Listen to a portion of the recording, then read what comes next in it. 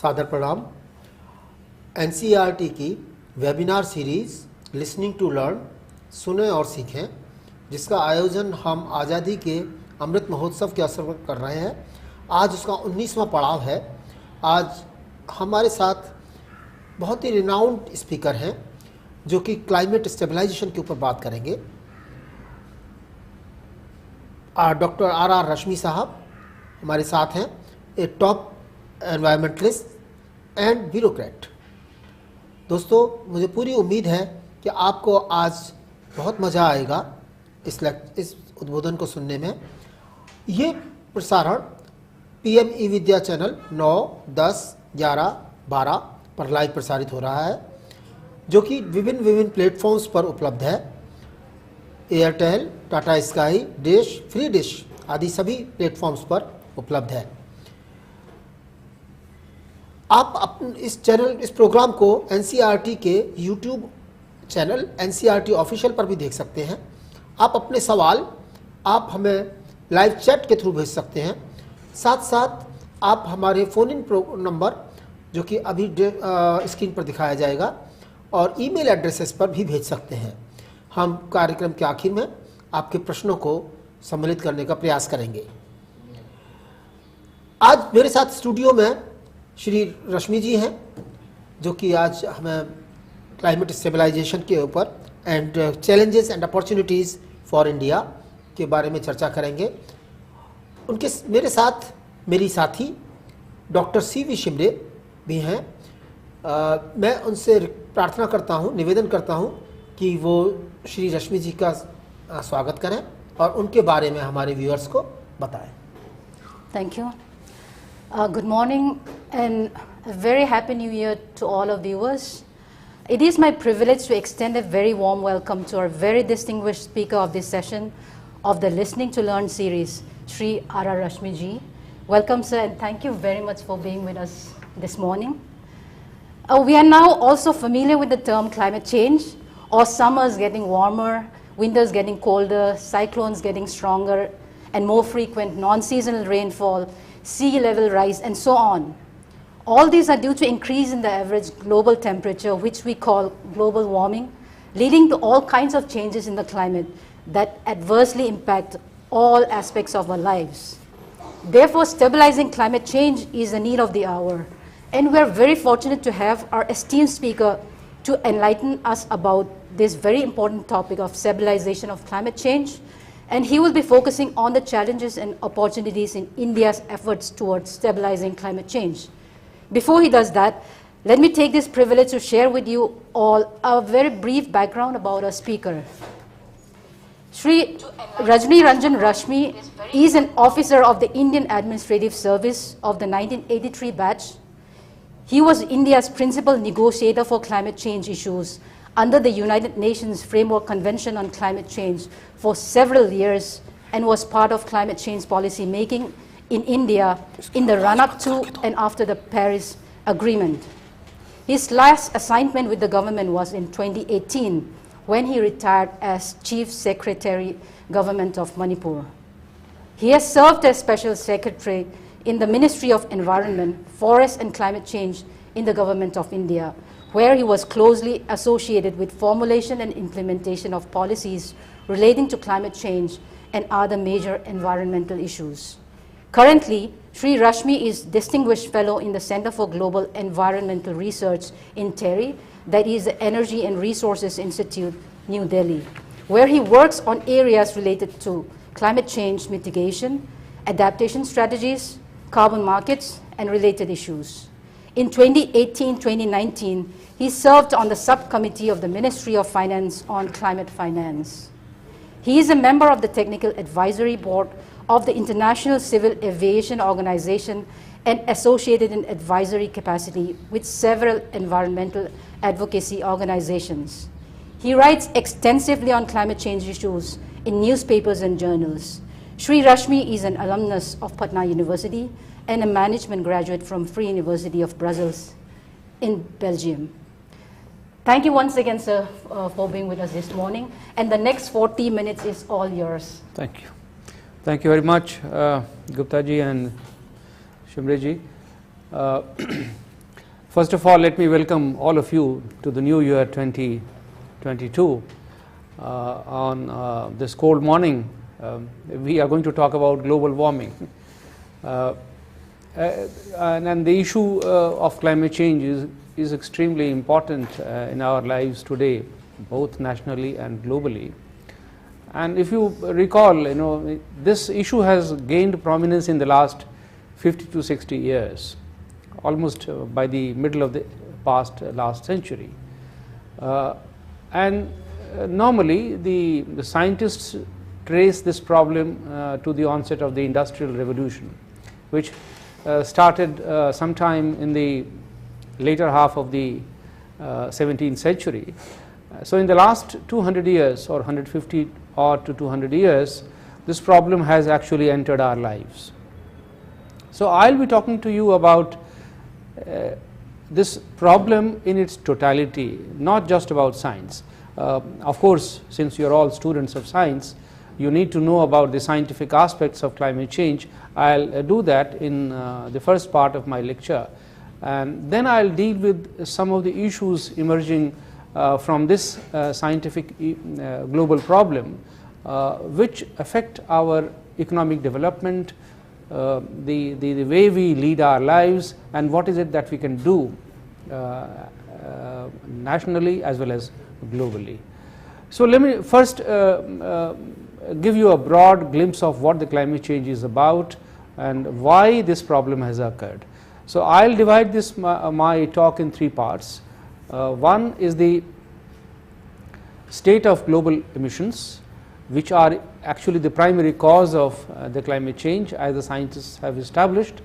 In the second part, I'll deal with the way in which we are trying to deal with this problem, the efforts that we have mounted to control this problem. And lastly, I'll come to India, where we will deal with the local issues around climate change and the policy issues with which we are currently grappling with. Now, first of all, we need to understand the scientific aspect of the climate change. There is actually a United Nations Convention, an international treaty on climate change, on addressing climate change, and that treaty actually defines, based on the scientific input, what is it that we are trying to speak about. Climate change is a change which is primarily caused by human factors. I mean, that is, it might be a little surprising for you all to understand this. Climate change is a scientific, natural phenomenon.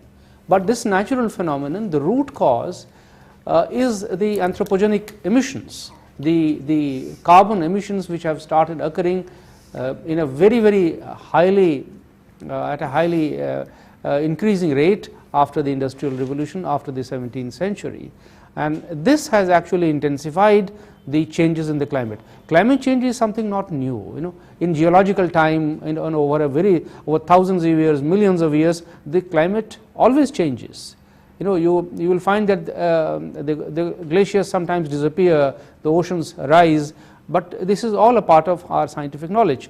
But in the last 200 years, the way climate has changed is not because of the natural phenomenon. It has happened because of the way our economic development has taken place, because we have started using fossil fuels in the last 200 years increasingly to meet all our economic needs, and it has given rise to emissions. So that's why we call the climate change as we deal with today is a natural phenomenon caused by anthropogenic factors, which is human.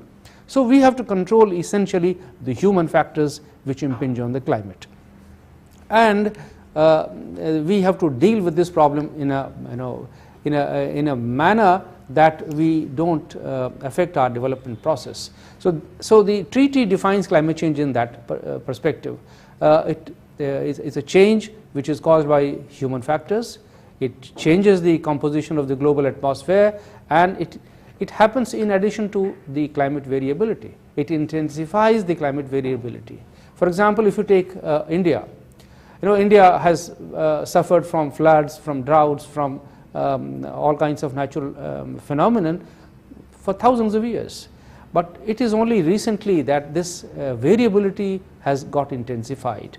You now see extreme weather events, sometimes extreme, the rains get prolonged for a very long time, sometimes the winter doesn't take place in time, the warm weather continues late into winter, and suddenly you have very intense cold weather. So these are all extreme weather phenomena which occur, and these are primarily caused by the change in climate caused by anthropogenic factors, and that is what we have to deal with. And so the carbon emissions which scientists establish is the primary cause, the global concentration of the greenhouse gases which is causing global warming. It is this aspect of climate change which we need to control. What is it that we know about climate science? There is an international governmental panel on climate change established by two organizations of the United Nations. One is the World Meteorological Organization and the other one is the UNEP, United Nations Environment Programme. These two organizations got together to create an intergovernmental panel on climate change, which is essentially a body of scientists which analyzes the entire range of climate science issues and produces a report every 5 years or 6 years. So it has, currently it is working on the 6th report, which is called Assessment Review of Climate Science. The last report that is available in the public domain was published in 2014, and that report established once and for all that climate change is certain. Climate is changing absolutely irreversibly, which means the change which has occurred in the climate is not a small time phenomenon. It has happened over a long period and it is irreversible, and now we have to see that it doesn't intensify further. So the reason for concern is that the way in which the climate is changing, the temperature of the earth is rising, that if that is not controlled, if we don't do anything about it, it will rise to a point which will affect the climate, and the entire ecological system of the planet will get disturbed beyond a point which scientists call it the tipping point. And once we cross that tipping point, then it will threaten our lives, it will threaten our natural systems in such a manner that we will not be able to survive on this planet. That is why there is a great degree of concern. And across all scenarios, the scientists, the IPCC has analyzed a number of scenarios, and it says that it is likely that if we don't do anything about it, the temperature rise may be in the range of 3 to 4 degrees by the end of this century. It has already risen by 1 degree over the average global mean temperature of the earth. And as you might be knowing, considering the fact that you are all students of science, that the global average mean temperature of the earth is in the range of 14 to 15 degrees. It has already risen by 1 degree in the last 200 years. But the prognosis is, the prediction is that another 1 year or 2 degree increase might take place in just next 50 to 60 years if we don't do anything to control the climate. Why does the climate change take place? It's because of the emissions, the concentration of emissions in the atmosphere, and the scientific input that is available to us is that the global concentration of greenhouse gases, which was in the range of 300 parts per million by the end of the last century, it has already from, as you say, from 280 parts per million, it has already increased to 409 parts per million currently by 2020. The scientists also tell us that the last 40 to 50 years have been the warmest years in the human history, I mean the recorded history of mankind. And then and again out of that, the last 2 decades have been the warmest.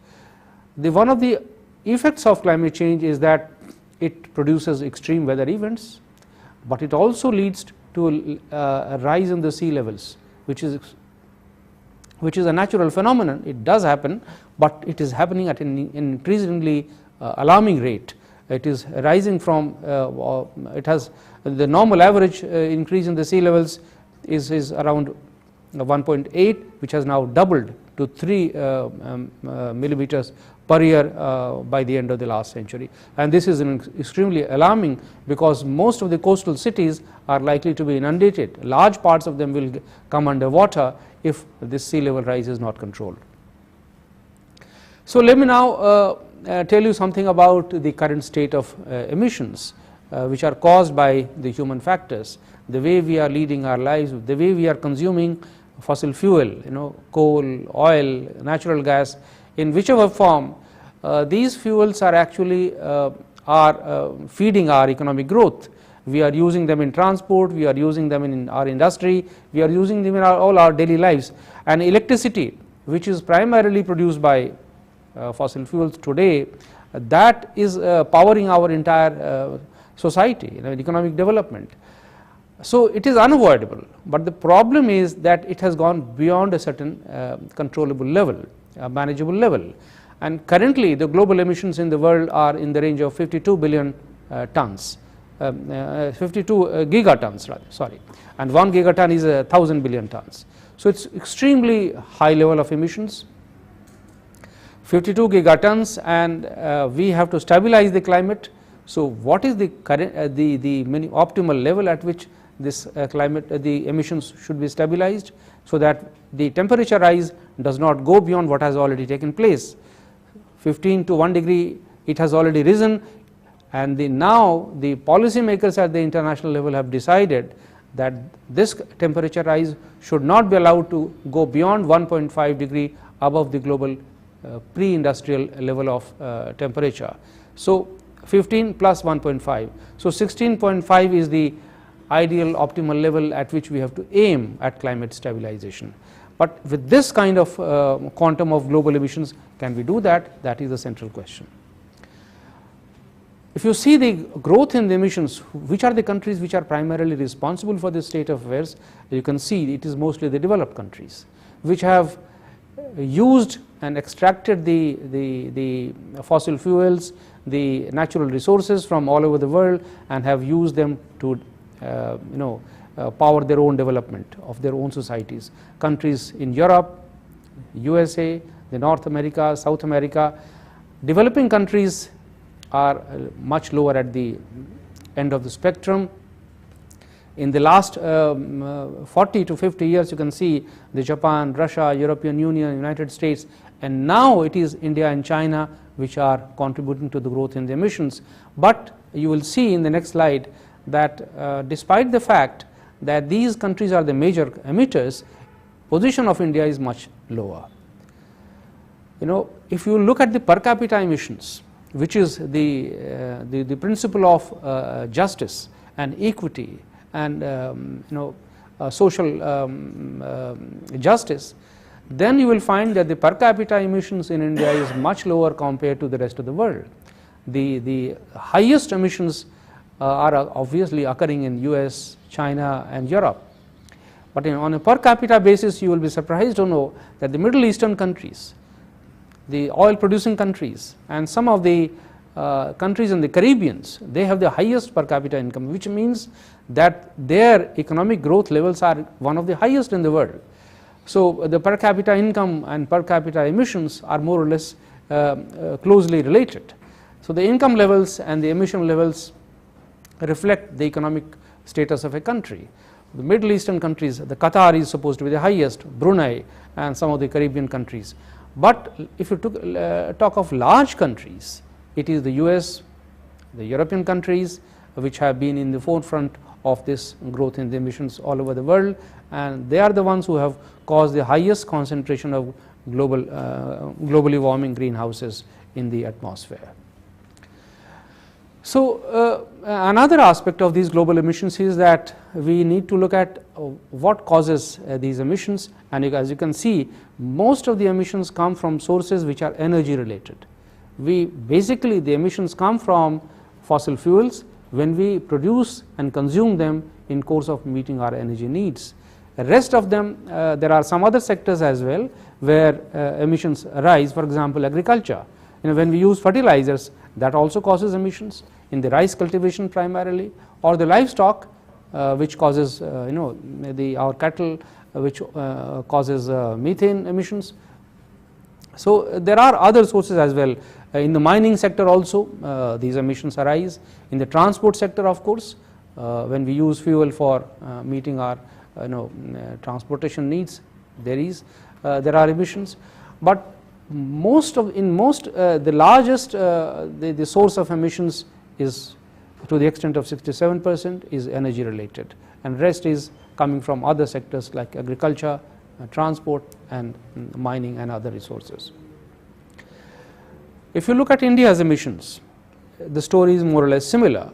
We are currently giving rise to almost 2.6 billion tons of emissions, which means 2,600 million tons of emissions, CO2 emissions every year, GHG emissions, greenhouse gases, which comprises not only CO2 but also methane and other globally warming gases. As you can see, energy is the largest source, energy which means production of electricity, consumption of electricity, and in all other forms, whether it is in transport or industries or power sector, that causes the emissions. There are industrial uses in addition to power production, for example steel and cement, where coal is directly used as binding agent or a catalytic agent for producing steel or cement. There it is also causing emissions. Agriculture or the forestry sector, when we cut forests, it gives rise to emissions. When we do agriculture, it gives rise to emissions. When we apply fertilizers, it gives rise to emissions. Waste, the waste material anything that we consume in terms of plastic, paper, timber, it also gives rise to emissions. So all these different kinds of emissions put together is in the range of 2.6 billion tons. And if you look at the global emissions, I mentioned in the other slide it was 52 gigatons, and here we are giving rise to 2.5, which is just about 4% of the global emissions. So India is much lower at this spectrum of countries which are contributing to the global emissions, but India is a large country, and therefore India is today the third largest emitting country in the world. This is again sector-wise emissions, the same slide presented in a slightly different form. So this is the broad situation as far as the emissions globally and nationally are concerned, and this is in the context of the problem of climate change, the anthropogenic factors which are leading to climate change. So what is it that we need to do about it? I'll come to now those aspects which are partly scientific and partly policy related.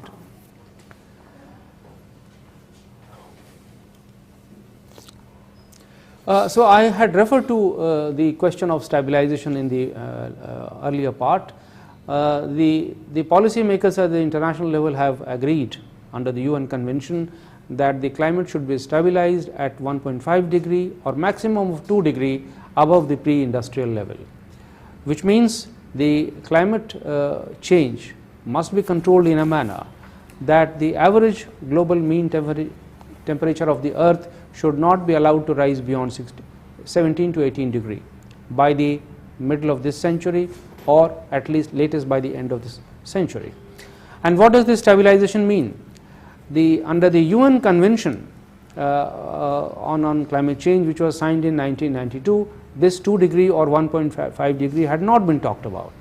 In 1992 this question was there, but nobody had thought about a particular specific goal in terms of temperature rise, because as I said, emissions are connected with economic development process, and international political processes are more or less about a global deal on how the countries are going to control their destiny. So it's not easy to negotiate and arrive at a particular decision. So at that time the negotiators and the international policy makers could only agree that the climate change should be controlled, that climate should be stabilized, without talking about a specific goal in terms of temperature rise. So at that time they had talked about stabilization of the GHG gases at a level that would prevent dangerous interference with the climate system. What is the climate system? Climate system consists of the natural ecosystem, all and that should not be affected in a manner that it affects the health of the planet.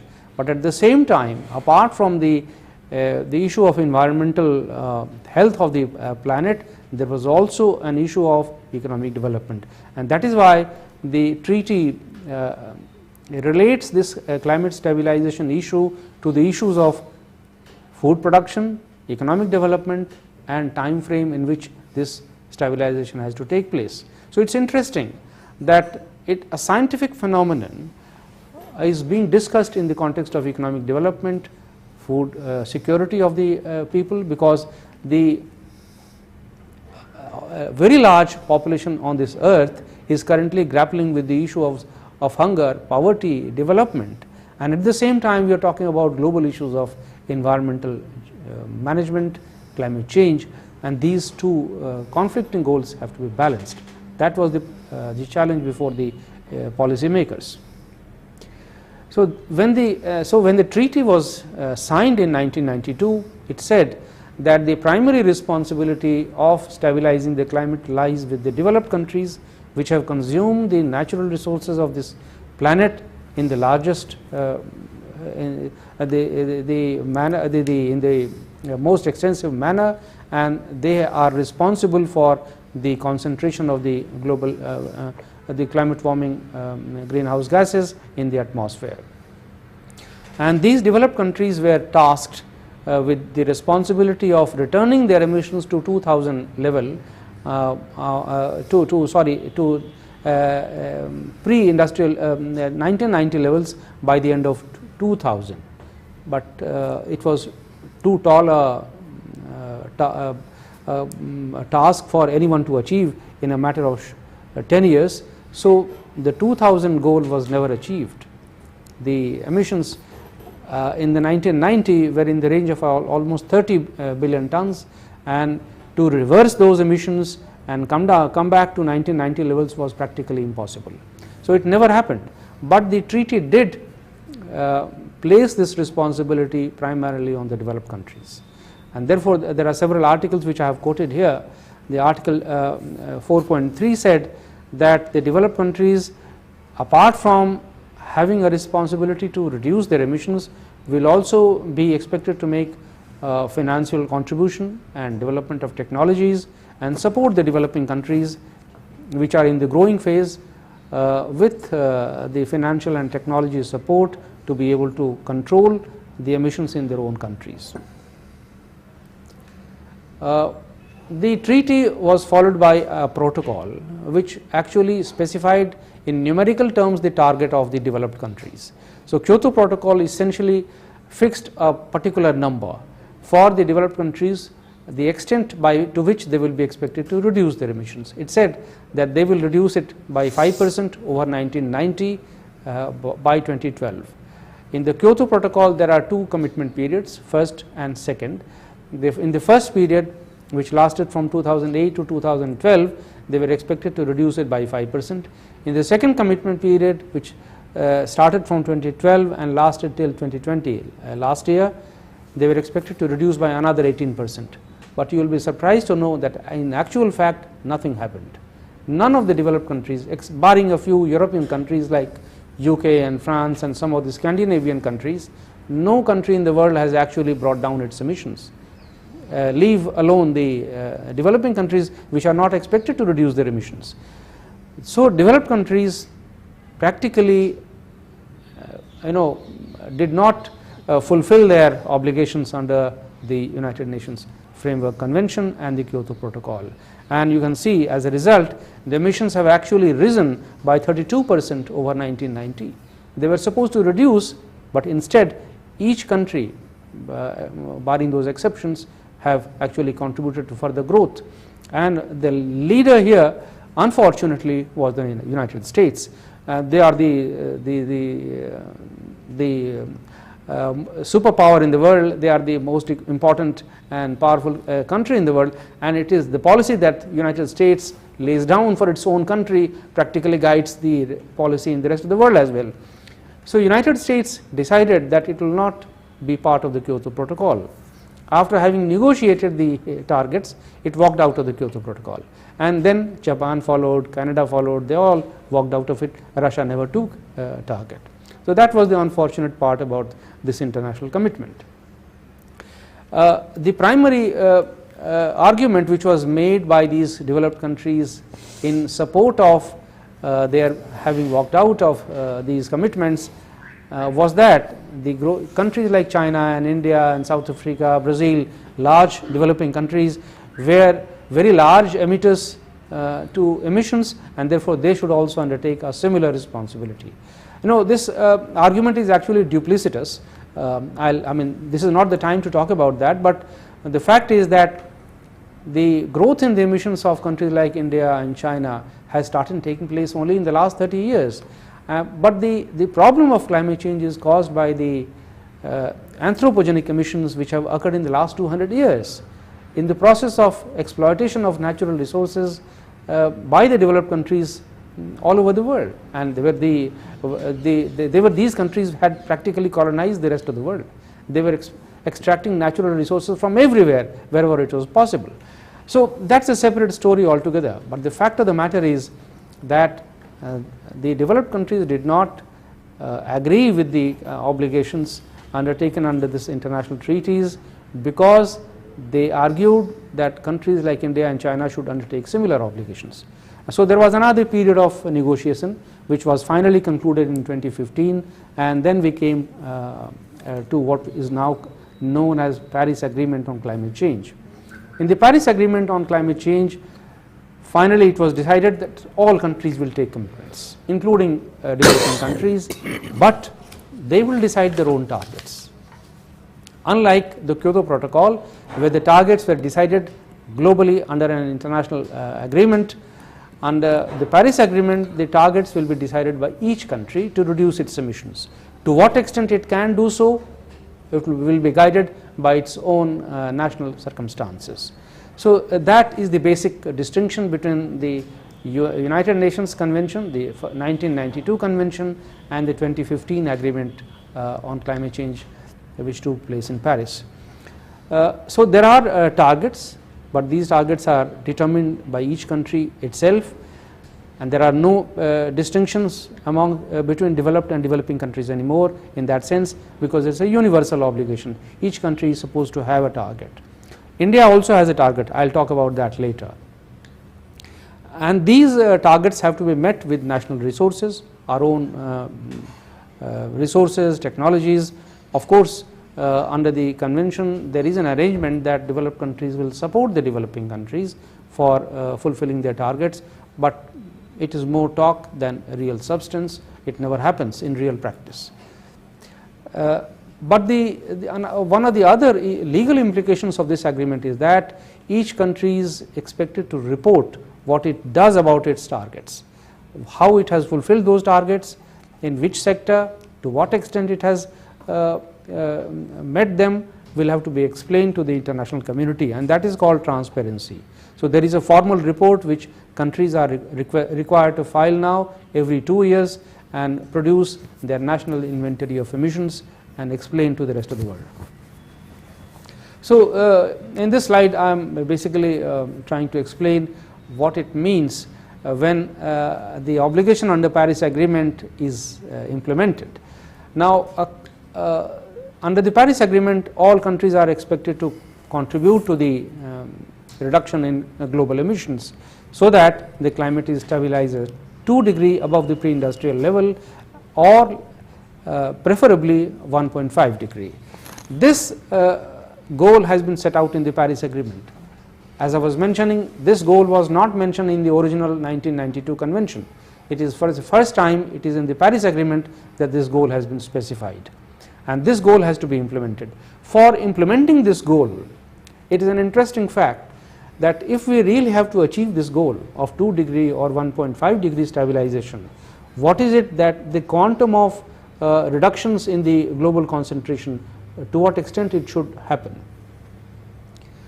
As I said, for 50-50 chance, if we really have to just have a 50% chance of stabilizing the climate at 2 degree, we have to, the ensure that the concentration of the global the greenhouse gases in the atmosphere does not exceed 500 parts per million by the middle of the century. And as you may have noted in the one of the previous slides, that the global the concentration of the atmosphere of the greenhouse gases has already gone up to 409 parts per million as of now.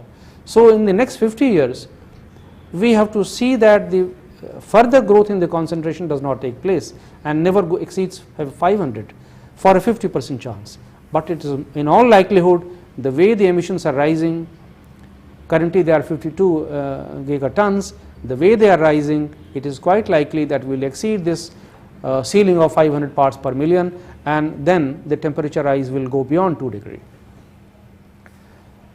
So under the Paris Agreement, there is another obligation cast on the countries that they will produce a long-term growth strategy to ensure that the climate emission, the emissions are brought down to zero.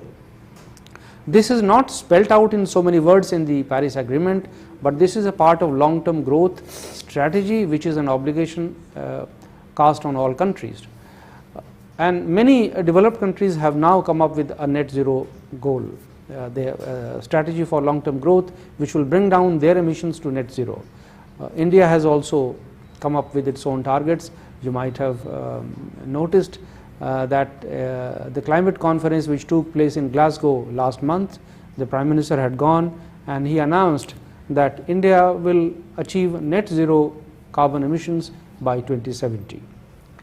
What does this net zero goal mean is also debatable, because net zero can be achieved through carbon sinks as well.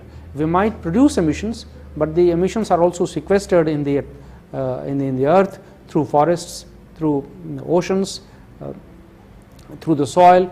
So we can bind this carbon in the earth system through carbon sinks, and at the same time there is a technology called carbon capture and storage, by which the CO2 emissions are captured and stored in the geological vaults of the earth, but that is also possible. But if we really want to stabilize the climate, I think we should be able to bring down their emissions and change from fossil fuel sources to other sources of energy in a low carbon or a zero carbon manner. That is the challenge.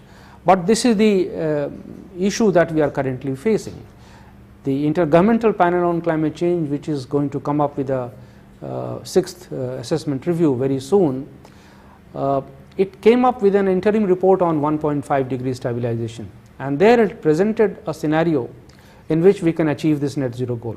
They said that if we have to stabilize the climate at 1.5 degree or 2 degree level, then we have to change our economic systems in a manner that we are able to produce electricity not from fossil fuels but from renewables to the extent of 70 to 80% of our energy needs. And coal, in that scenario, will have to be, the coal production for electricity will have to be brought down to almost nil, 1 to 2 degree, not beyond that, 2% of total electricity production.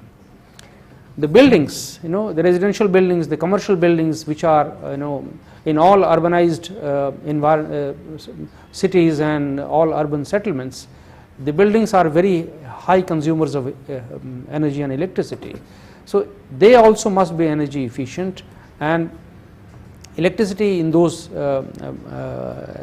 buildings must be from low carbon sources to the extent of 55 to 75%. The transport is another sector, and all our vehicles run on fossil fuels, liquid fuels.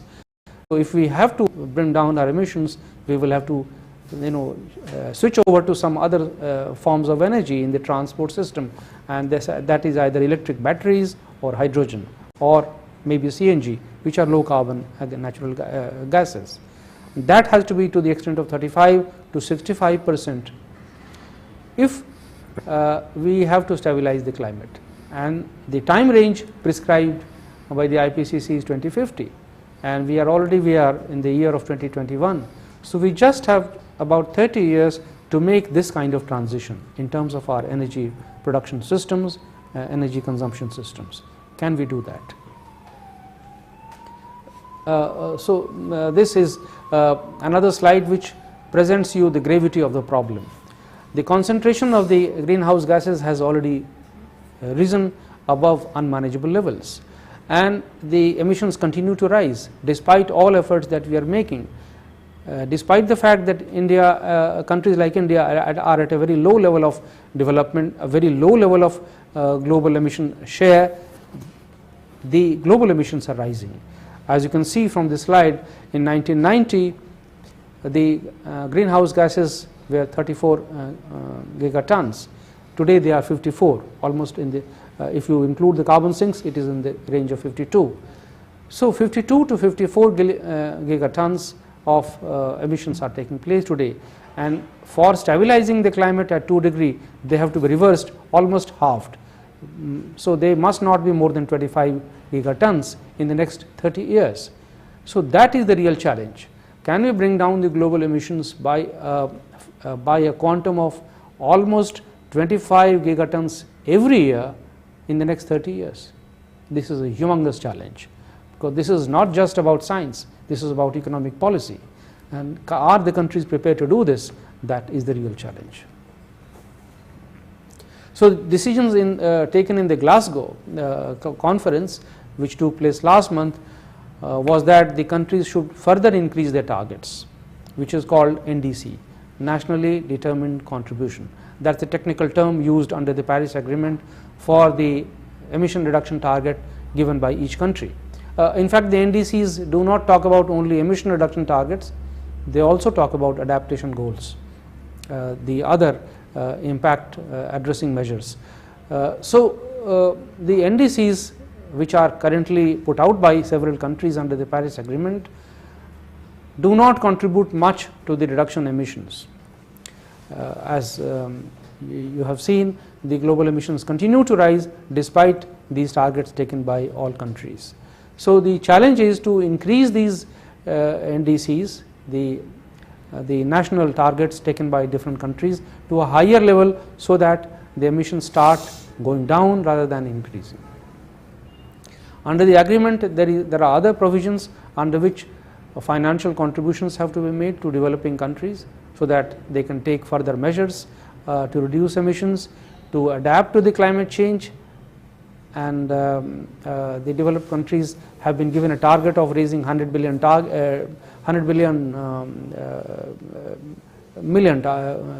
US dollars every year, but actually not more than 3 billion US dollars have actually flown in the last 20 years. So the Glasgow conference talked about enhancement of these targets. It also talked about coal phase down. It said that coal is the primary source of global emissions in course of electricity generation and consumption. So the coal-fired plants must be phased out, so that we can switch over to other renewable sources. And that was a bone of contention, because several developing countries do not have any other source of electrical energy production. So there was a huge debate about it, but finally it was agreed that there will be a phase down of coal-based electricity over a period of time.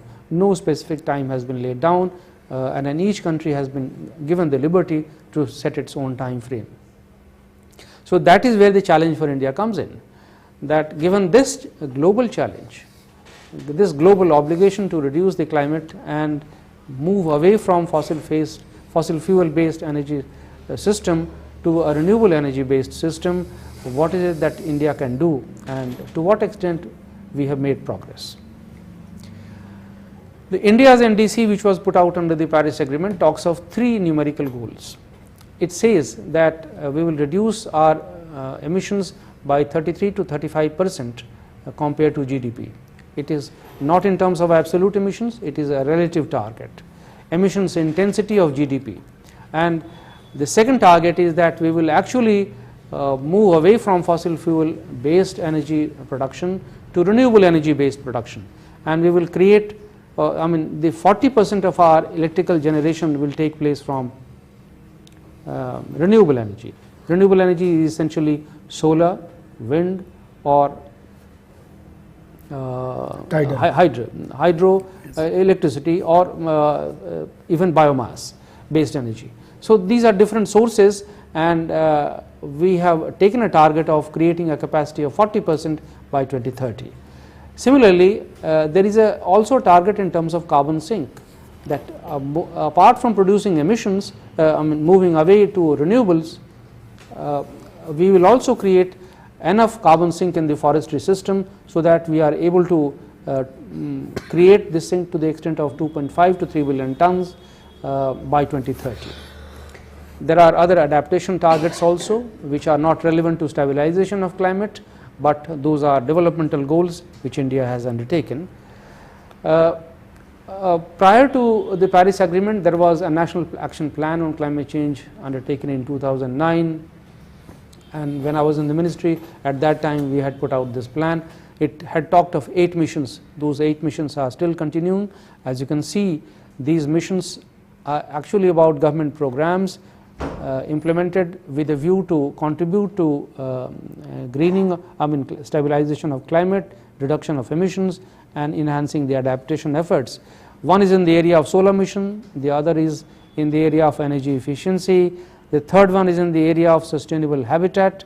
There is a mission on water, there is a mission on stabilizing the Himalayan mountain ecosystem. There is one mission on Green India, which is essentially about forestry. There is one on agriculture, and lastly about climate science, the strategic knowledge for climate change. So these 8 missions are still continuing. Under each of these missions, the efforts are being, the government programs are being implemented, which help in contributing to emission reduction and adaptation to climate change. So the real progress which India has made is surprising, actually astounding, and India is currently one of the leading countries in the world which have actually implemented their NDCs. Today, our emissions intensity of GDP has already fallen by 24% compared to 2005 level, and if you remember, our target was 33 to 35%. So as in the year, this report came out in 2018, so in that year we have already reduced our emissions by 24%. So in the next 10 years we have to achieve another 8 to 9%, and that is easily achievable. So India is making good progress there as far as emissions intensity is concerned. In terms of renewable energy capacity also, it is quite heartening to note that we have created a capacity of almost 38% of our energy production in electricity comes from renewables, from solar and wind and hydro. But this is in terms of capacity, not actual generation. And lastly, in the forestry sector, where we have talked of carbon sink, we are making good progress. In fact, India is one of the few countries in the world where forests are growing and not decreasing. Unlike in countries like Indonesia or Brazil or some of the African countries in the Congo basin, the forests are actually getting depleted. But India is amongst these rare countries where the forestry cover is increasing. Although there is a debate about the quality of the forest cover, but the fact is that the forest area is intact and it is actually increasing at a rate of 0.6 million hectares per annum.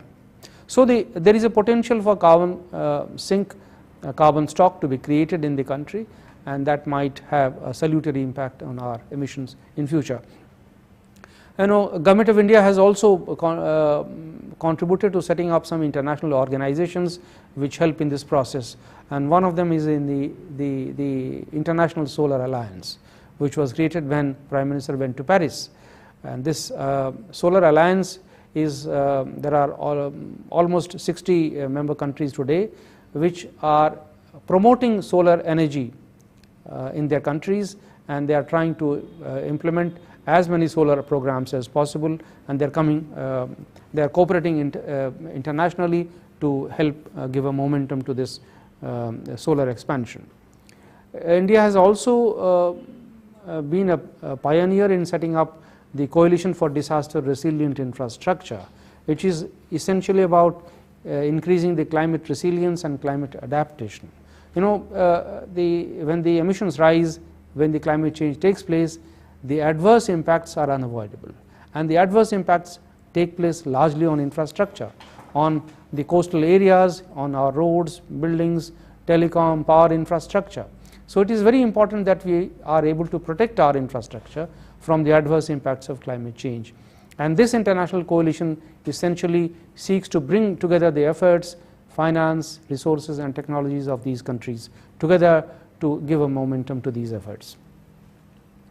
So this slide essentially talks about the way in which we have been able to reduce the emissions intensity of our GDP. There is at the current level of efforts that we are taking in the field of energy efficiency and the creation of a renewable energy capacity, the prediction is that we will achieve 57% by the middle of this century, and by 2030 we will overachieve our NDC targets. So here again I am recounting some of the important measures that have taken place towards meeting our NDCs and in the process of stabilizing the climate at global level. Our current target is to set up 500 gigawatt of renewable energy capacity by 2030. This target was announced by Prime Minister in the Glasgow conference in the last month. As on date, we have achieved 150 gigawatts, if you include all the hydro capacity as well. Actually, in the technical parlance, the large hydroelectric power is discounted. That is not taken as renewable. The only small hydro, the solar, wind and biomass is taken as the renewable energy capacity. So even if you discount the large hydroelectric power, we have still achieved almost 38%. So and then that will amount to almost 105 gigawatt of renewable energy capacity. But you will note that as in 2020 we have achieved a capacity of 105 gigawatts in renewables, but we have to go up to 500 gigawatts by the end of 2030 as per the Prime Minister's commitment. So this is almost a 5 times jump in the target. This is again a very, very major humongous challenge for us. This requires huge amount of financials, because every single megawatt of energy production from renewables costs in the range of 2 to 3 crores. So we have to mobilize resources at this scale, both nationally and internationally, to be able to achieve this target, and that is a very major challenge. We have taken a number of other measures, to reduce our emissions. For the last 8 years, we have been having a cess of almost $6, 400 rupees per ton on every ton of coal that is produced or imported into the country. But unfortunately, that has not made any impact. Again, that is because the constraints of economic development, because India as a country does not have access to any other source of energy except for coal at the moment or renewables in the future. For reducing emissions, biofuel blending norm has been adopted of 20%. In all the petrol and the diesel run vehicles, we are now using increasingly biofuel, and mandate is that by 2025 at least 20% of this fuel will come from biomass and not from natural gas or petroleum oil.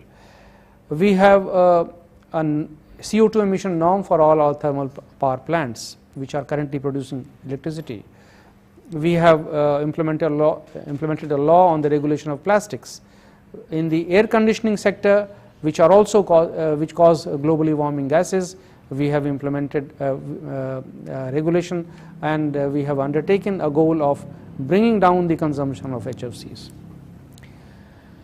So this is the last few slides, that in our movement towards energy transition, we must improve our energy efficiency, we must electrify our systems to the greatest extent possible, and we must decarbonize our industries. These are the three key dimensions on which energy transition takes place, and India has to take effort in these lines. So the emerging challenges are that for doing this, for achieving this energy transition, we have to have an alternative sources, and that can come only from renewable energy. For this, for which we have to phase down our coal production, but coal is currently 65% of our primary energy, and for phasing it down we have to set up a large quantum of renewable energy systems in form of solar and wind, and that requires finances. We also have to change the way our distribution companies are accessing power. They are buying power, so they have to buy more of renewables than from coal-fired power, but for that they need money, and they need to change the prices at which the energy is produced and sold in the country. And lastly, the industries, which is the most difficult sector of the economy where decarbonization has to take place. But for decarbonization of industries like cement and steel, we have to switch away from coal to hydrogen, and hydrogen is currently not available at commercial scale. So the challenge is to invest in the research and innovations in a manner that the cost of hydrogen comes down currently from almost $12 per ton to $2 per ton, and that has to happen in the next 20 years to be able to help us in this process of moving away from coal and go towards renewables. So I'll stop here. These whatever I said has been capsulated in this last slide. If we have to stabilize the climate, if we have to reduce the emissions globally and nationally, this is the way forward as far as economic policy is concerned. So I'll stop here, and thank you once again for giving me time and listening to me. Thank you very much, Shri Rashmi ji. Such an इतना बड़ा और इतना खुला आपका वक्तव्य था कि मुझे बहुत मज़ा आया, और जो सवाल मैं लिख रहा था उनके जवाब आपने आखिरी स्लाइड्स में दे दिए. पर मुझे आप अनुमति दीजिए कि कुछ सवाल मैं आपसे जरूर जी करना चाहूँगा. आपने रिन्यूएबल सोर्सेज में बात की, सोलर की बात की, विंड की बात की, हाइड्रो पावर की बात की. हालांकि हाइड्रो पावर्स के अपने अलग कैरेक्टरिस्टिक्स हैं कि सारा वहाँ का हैबिटेट चेंज हो जाता है. Similarly with solar also to some extent. Nuclear power की बात आपने नहीं की, which is considered as a cleanest fuel. उससे क्योंकि India is doing well as far as nuclear power is considered. जी देखिए, nuclear power renewable energy solar और विंड के आने के पहले न्यूक्लियर एनर्जी बहुत पॉपुलर हुआ करता था, और हमारे पास न्यूक्लियर प्लांट्स लगे हैं. लेकिन आपको शायद ये जानना ज़रूरी है हमारे लिए कि न्यूक्लियर पावर का शेयर कितना है हमारे टोटल एनर्जी प्रोडक्शन में. गीगावाट का हम अभी हम करीब हमारे पास 400 गीगावाट कैपेसिटी है हमारे देश रिन्यूएबल की. उसमें सिर्फ 4% न्यूक्लियर एनर्जी से आता है, बाकी सारा कोल, नेचुरल गैस, ऑयल और रिन्यूएबल से, सोलर और विंड से आता है. तो 4% न्यूक्लियर एनर्जी का हमारा जो कैपेसिटी है करेंटली, अगर उसको हम बहुत बढ़ा भी देंगे तो 8% या 10% से ज़्यादा नहीं होने वाला है. और दूसरे उसके साथ दिक्कत ये है कि हमें न्यूक्लियर एनर्जी सप्लायर ग्रुप के हम मेंबर नहीं हैं. भारत एक इंटरनेशनल हमारे पास एक पॉलिटिकल समस्या ये है कि रॉ मटेरियल हमारे पास उपलब्ध नहीं है. उसके लिए हमें न्यूक्लियर एनर्जी सप्लायर ग्रुप का मेंबर होना है, वो हमारे पास अभी नहीं है. तो वो एक दिक्कत है. लेकिन इसमें कोई शक नहीं है कि nuclear energy is one of the cleanest sources, लेकिन उसका कॉस्ट भी ज़्यादा है. वो करीब 5 से 6 करोड़ लगता है पर गीगावाट, एक मेगावाट प्रोड्यूस करने में. अच्छा, एक मेगावाट. उसके मुकाबले कोयले में सिर्फ 3 करोड़ लगता है, सोलर में करीब 2 से 2.5 करोड़ लगता है, और हाइड्रो में करीब 4 करोड़ लगता है. लेकिन हाइड्रो में बाद में कोई खर्चा नहीं है. बाद में कोई खर्चा नहीं है. लेकिन न्यूक्लियर में समस्या पॉलिटिकल भी है, इकोनॉमिक भी है, और उसकी एक लिमिट है. सेफ्टी कंसिडरेशंस और इन्वायरमेंटल इश्यूज तो हैं ही. आप जानते हैं कई देशों ने ये कमिटमेंट ले लिया है कि अब वो न्यूक्लियर एनर्जी का उपयोग नहीं करेंगे. जापान में फुकुशिमा का जब फुकुशिमा के बाद उन्होंने मना कर दिया हुई, और जर्मनी ने अभी डिक्लेयर किया है कि वो कोई न्यूक्लियर प्लांट नहीं लगाएंगे फ्यूचर में. लेकिन इन देशों के साथ हमें अपनी तुलना नहीं करनी है, क्योंकि इनके पास रॉ मटेरियल हैं, साधन हैं, पैसे हैं. हमारे पास वो भी नहीं है. इसलिए हम न्यूक्लियर एनर्जी जहाँ तक पॉसिबल है उसका उपयोग करना चाहिए, लेकिन उसकी अपनी एक लिमिटेशन है. अच्छा सर, एक अटपटा सा सवाल है जो कि मेरे पास यूट्यूब से किसी बच्चे ने पूछा है कि आपने कहा कि साहब India is doing well introducing, आपने बहुत अच्छा स्कोर है. अगर मान लीजिए कि कोई कोशिश ना की जाती जी, और जिस तरह से चल रहा है उसी तरह से चलने देते, कोई क्योटो प्रोटोकॉल ना होता, कोई पेरिस एग्रीमेंट ना होता, तो टेम्परेचर कितना राइज हो जाता 20 साल. जैसे आपने कहा कि 1.7 to 1.8 डिग्री सेल्सियस की राइज होने की पॉसिबिलिटी है बाय 2070 और सो। तो अगर ये सब कोशिशें नहीं होती तो अब देखिए ये बड़ा इंटरेस्टिंग सवाल है। अगर हम रियलिटी में देखें, वास्तविकता तो यही है कि इन सारे एफर्ट्स के बावजूद ग्लोबल एमिशंस बढ़ ही रहे हैं। हमने UNFCCC 1992 में किया, क्योटो प्रोटोकॉल 2005 में 7 में किया, पेरिस एग्रीमेंट 2015 में किया, इसके बावजूद ग्लोबल एमिशंस तो बढ़ ही रहे हैं, घट तो नहीं रहे हैं। और घटने उसके बढ़ने की क्या वजह है? बढ़ने की वजह यह है कि जो डेवलप्ड कंट्रीज जो सबसे ज़्यादा जिनका कंट्रीब्यूशन रहा है क्लाइमेट चेंज में, वो उन्होंने अपना एमिशन नहीं घटाया है। हमारा एमिशन तो सिर्फ 4% है ग्लोबल शेयर में। हम थर्ड लार्जेस्ट एमिटर हैं, लेकिन हमारा एमिशन कब से बढ़ना शुरू हुआ है? 1950-60 के आज़ादी के बाद। ये यूरोप के देश और नॉर्थ अमेरिका के देश, इनके एमिशंस तो 200 सालों से चलते चले आ रहे हैं। तो जब तक इनका एफर्ट नहीं बढ़ेगा, इनका कंट्रीब्यूशन नहीं बढ़ेगा, इस समस्या का समाधान नहीं होने वाला है। Thank you very much sir, we are really running short of time now, but my colleague Shimre also had good number of questions, but probably she will take it after the session now. We really enjoyed listening to you sir. बहुत सारी चीज़ें हमें सुनने को मिली, बहुत सारी चीज़ें हमें जानने को मिली। सबसे खूबसूरत बात ये थी कि जो सवाल हम सोच रहे थे उसका जवाब अगली स्लाइड या उससे अगली स्लाइड में आ जा रहा था। बहुत अच्छा लगा। Thank you very much sir. And viewers, this was our attempt for climate stabilization, challenges and opportunities for India. We are coming back to you again on 7th of January, Friday, and then we will be talking about Mission Aditya. You might recall that on 16th of November we had a session with Dr. Anil Bharadwaj from Physical Research Laboratory, Ahmedabad, who talked about the India's planetary missions. Yes, now you are going to have this coming Friday you are going to have India's program for Sun mission. So be there at 10 o'clock on 7th of January. Thank you very much और नए वर्ष की बहुत बहुत शुभकामनाएं, बहुत बहुत बधाई। नमस्कार।